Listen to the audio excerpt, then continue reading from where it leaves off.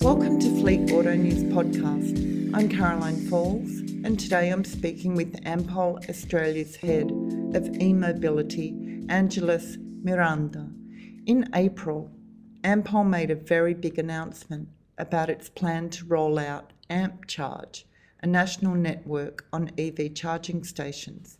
I'm with Angeles in person, in a room on the side of probably Australia's biggest fleet conference and exhibition, run by the Australasian Fleet Management Association. She's wearing AmpCharge livery on her shirt. Hello, Angeles, and thanks for taking time to share the news with our fleet audience. Hi, Caroline, and thank you for having me. It's great to be here. Now, first, tell us about Ampol's latest news, the AmpCharge rollout. I love the name, by the way. Yeah, we're very excited about this launch. It means a lot for the company. I think it's one of those big milestones. We have put so much effort and dedication of building the future energy strategy, and AmpCharge means we are very serious about the rollout. It really links into the brand name and the parent name of Ampol, but meaning that we will be charging the electric vehicles in the future. Yeah, it's a great coincidence, Ampol, AmpCharge. But what are some of the key numbers in, this AmpCharge plan? Like how many EV charging stations will you have by 2023 or 2025, 2030, whatever the... We have a great ambition. I think the ambition for 2025 is to cover around 700 public sites. The commitments so far have been 121 sites towards the end of next year. That's going to be rolled out mainly in our fuel service stations, but we're also working with different partners to bring the brand and the solutions into different places such as destinations, shopping centers, but also home and fleet solutions. So you wouldn't be surprised if you see an AmpCharge in your workplace in the future. Wow, it's pretty comprehensive. I guess to come up with the plan for the AmpCharge rollout, you've done a lot of forecasting for demand for EV chargers in Australia. Can you give us a peek into some of your insights? Absolutely. I think it's very important to consider that when we are doing those forecasts, we are looking at what is happening globally in more advanced countries, but also what is the context of Australia. So in that regards, we have done some projections about how companies are setting targets for them, private organizations to meet net zero targets, but also different scenarios of what happened if we limit global warming to 1.5 degrees or 2 degrees. What all those forecasting is telling us is the EV transition is going to happen, likely to be around 10 or 20% penetration, depending on those scenarios. But it's going to happen. The pace in which the penetration of EV will happen in Australia will be a bit of a question mark at the moment, and most likely will happen earlier in the passenger segment. What it means is that customers will need to start thinking about charging solutions and locations where that's going to take place. Our analysis suggests that for passenger vehicles, most likely around 80% of the charging will be at home. That's going to be the location of choice. Whether for light commercial vehicles, that mix is going to change. I am likely to be a 50% home, 40% in the workplace, and the rest will be in public spaces. Like on the road, etc. Correct. Yeah. So before we go further into your work on AmpCharge, I would like to know a little bit more about you. So how long have you been with Ampol, and maybe tell us a little bit about your background before joining Ampol? I've been at Ampol for 6 years. I work in different projects in the retail fuel aspects, or dealing with consumers, but also in the B2B space. Joined the Future Energy 2 years ago, engaging with customers across different sectors, understanding their needs and their targets for a net zero transition. Before Ampol, I work in different aspects. I think the most relevant in consulting, so that gave me the opportunity to learn different opportunities and challenges that sectors across Australia are dealing, and how to bring new solutions. So I like challenges to solve problems and really running transformational programs. Well, you've got a very exciting challenge ahead of you now. Yeah, I love it. Or you're in the midst of it. Another speaker here today at the AFMA Fleet Conference in Sydney said Australian companies are suddenly wanting to raise their sustainability credentials, but that they are finding it hard to translate goals into action. Is there something that you're doing to help corporates in their transition? Do you have any information days or anything that may help build relationships in the fleet world, which account for some 50% of new car sales each year? Yes, I think there are a couple of things that come to my mind, and here, looking at everything that we have done in the last 2 years, I 100% agree that it's hard to start and to give that very first step. At Ampol, we have actually developed a product that is a carbon neutral fuel product for companies that want to start showing some credentials, want to start that journey of transition now, but they don't have the technical, I guess, assets to move into electrification, whether it's fuel cell electric vehicles or EV. So that's one thing that we can support. The second aspect of that is really about this, right? Having this conversation, providing opportunities to understand the learning, what are the considerations that fleet companies need to look at, and how we can develop pilots together so we can accelerate the transition. Yeah, that's just something else that I wanted to get some better insights from you on. Like, when you're talking to companies about their plans, what are you learning from them? Like, what are their goals? Has there been anything that stands out and captured your imagination? I think what has been a revelation for me is the process in which companies go about this. The first step is to start identifying what is the carbon emissions, and then it's like a eye-opening moment is like, wow, we had no clue that was so big, etc. And then it's that emotional reaction, we need to set targets. So companies typically go, maybe I'm generalizing, I shouldn't, but that emotional reaction, it is strong. And then you set targets, but then you have all the problem of how we actually hit those targets, because it is challenging to find vehicles, it's challenging to have infrastructure. So we already have set a target, how I achieve that.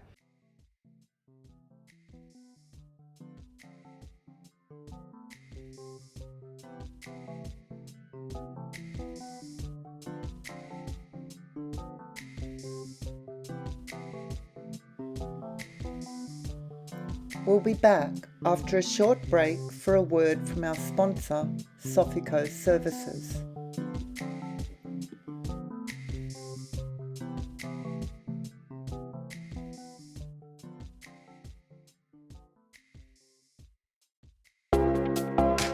Sofico is a world-leading provider of enterprise software for the automotive leasing, finance, and mobility industry. For more than 30 years, international leasing companies and OEMs count on Sofico's expertise and technology to help them transform innovative product concepts into streamlined business processes and engaging customer experiences. With more than 370 experts, 8 offices on 4 continents, and an annual growth averaging 15%, Sofico is perfectly positioned to help its customers succeed in a rapidly changing market where electrification, shared fleets, and multimodal mobility challenge us and our customers to play a pioneering role. Continuous investment in people, innovation, and leading-edge technology is the basis for continued growth and success. That really brings into why I'm here. I see myself as an element of facilitating the conversation and really form groups in which we can accelerate energy transition. For me, this role has a purpose and a meaning so important that I'm really passionate. And my whole team is that our purpose is to facilitate that transition, and it's working with customers and helping them to find out the shortcuts and what are the learnings, what are the things that you need to consider, what are your options. Yeah. Are you sort of suggesting too that, like, when a company finds out that the transport emissions out of their whole emissions is so significant, like maybe, across Australia, transport's say about 20% of emissions? Yeah. So my research is that transport itself is 17% from memory. For fleet, passenger and light commercial vehicles is probably 10% of the total emissions. Yeah, it really depends. I think for this particular industry, transport and fuel itself is a big proportion. When you think about other sectors, it's not that important. But what I'm seeing is that fleet is going to be likely the first segment across Australia to transition. Can you tell us what you think some of their biggest concerns are among fleet customers? Yes, good question. I think the research that AFMA has done in October 2020, that is going to be updated very soon, really reflects on the primary concerns or barriers. It is the cost of vehicles, of EV vehicles that they can acquire. Secondly is the EV charging infrastructure for workplace. And the third one is the limited choice of vehicles that they can actually access. Those are 100% still super relevant topics and will be for a while, but there are other considerations that maybe are not so top in the conversation, but we should be talking about. One of those is, for example, when we think about vehicle, it's not just the cost and the availability, but also it is likely you will have a mix of vehicles in your fleet between electricity and fuel, and how you deal with that. It's an important question. The second aspect of infrastructure, research is telling us that around 80% of the charging sessions will occur at home. But when you think about fleet, the same AFMA research is telling us that roughly 50% of the drivers don't have a home garage, so that presents itself as a problem. When you think about light commercial vehicles, the numbers are even worse. Less than 30% of them have a home or garage at home. So how you're going to solve those problems? How you're going to perhaps consider other options that are economically viable for your fleet? That's important. And hence, that ecosystem that we are trying to build is going to be super relevant. The last piece that it is, for me, super important is the whole process and operation. That means for fleet management, you have change management, how drivers are going to interact with the different apps, different payment methods, different charging functionality, how you're going to deal with admin. You have many vendors, fuel and electricity costs, you have to reconcile home charging expenses and so on. The whole energy management, how you make sure that it's renewable energy, how you make sure that you are optimizing that spend in energy. Are you charging the peak hours at nighttime?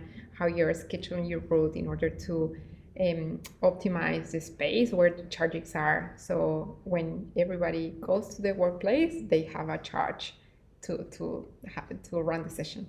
Another point that you mentioned today was concerns about reliability of the charger being compatible or working, functioning, etc. I hadn't sort of thought about that very much. So can you talk a little bit about that? Absolutely. I'm pretty, I 100% understand why we haven't thought about it as customers, because we are used to go to a petrol station, fill the tank, it works, the pump works or should work. But when we think about charging sessions and really about that customer-centric, in the early stages of the industry, the operators were thinking about okay, locations need to have amenities like toilets, a coffee shop, or a place where you can read the newspaper whilst your session is going on. But whilst that is very important, survey after survey in the coming years is really showing that the most important critical factor for customers is reliability of that charging session. We have done some study and a research that ran for across 30 countries, 10,000 charging sessions shows that 45% of those first attempt fail, which is a huge number. Imagine going there and it's not working. You have to call a customer service. You don't know what's going on. So that really talk about how important reliability is. You want to go to a site where there's a charging space and it's working. The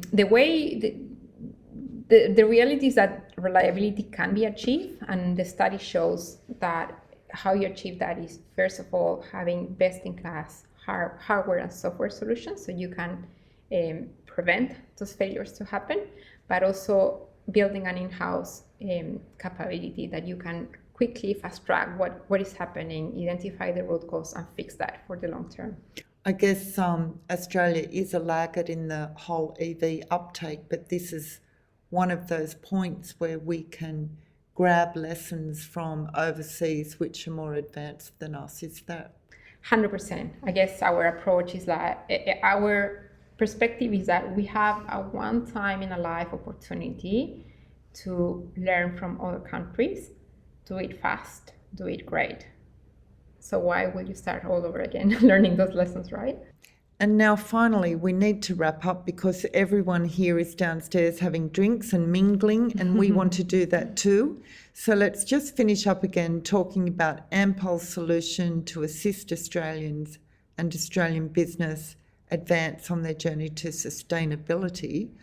Will Ampol be using green energy to power up EVs on its network? And maybe tell us also, how optimistic are you that Ampol and Australia will get this transition from ICE vehicles to EV right? I'm very optimistic. Let's start by that. That's the reason why here we have a great team working on the solutions and how we are going to overcome the challenges. Your question about green electricity, it is an important one. I think we're approaching this by the assumption that we are trying to solve the problem of transition energy, but also to achieve net zero goals. Hence, the electricity that we will be providing for our AmpCharge is going to be green electricity, whether it's through solar panel, battery on site, or buying a offset to offset the emissions, but it will be green electricity. Fantastic. Thanks for joining us today, Angeles. I'm so happy about your goals and plans, and I'm wishing you and Ampol every success, because I think that is going to translate into success for Australia and help advance more ambitious targets in this country. Thanks, Caroline. It was great to be here to talk to your audience today. Let's go have a drink. Yes.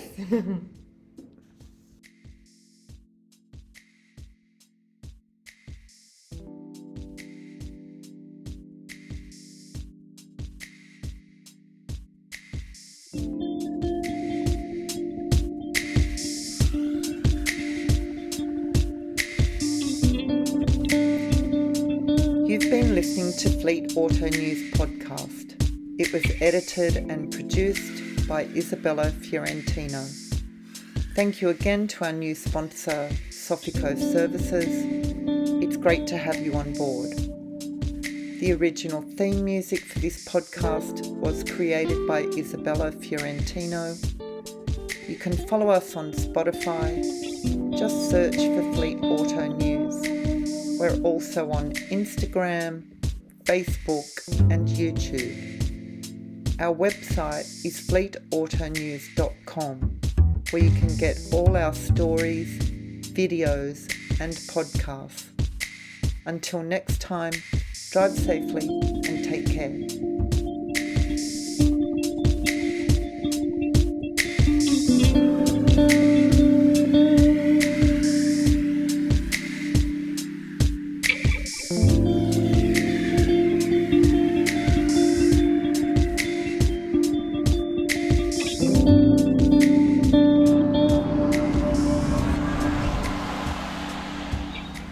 Bye.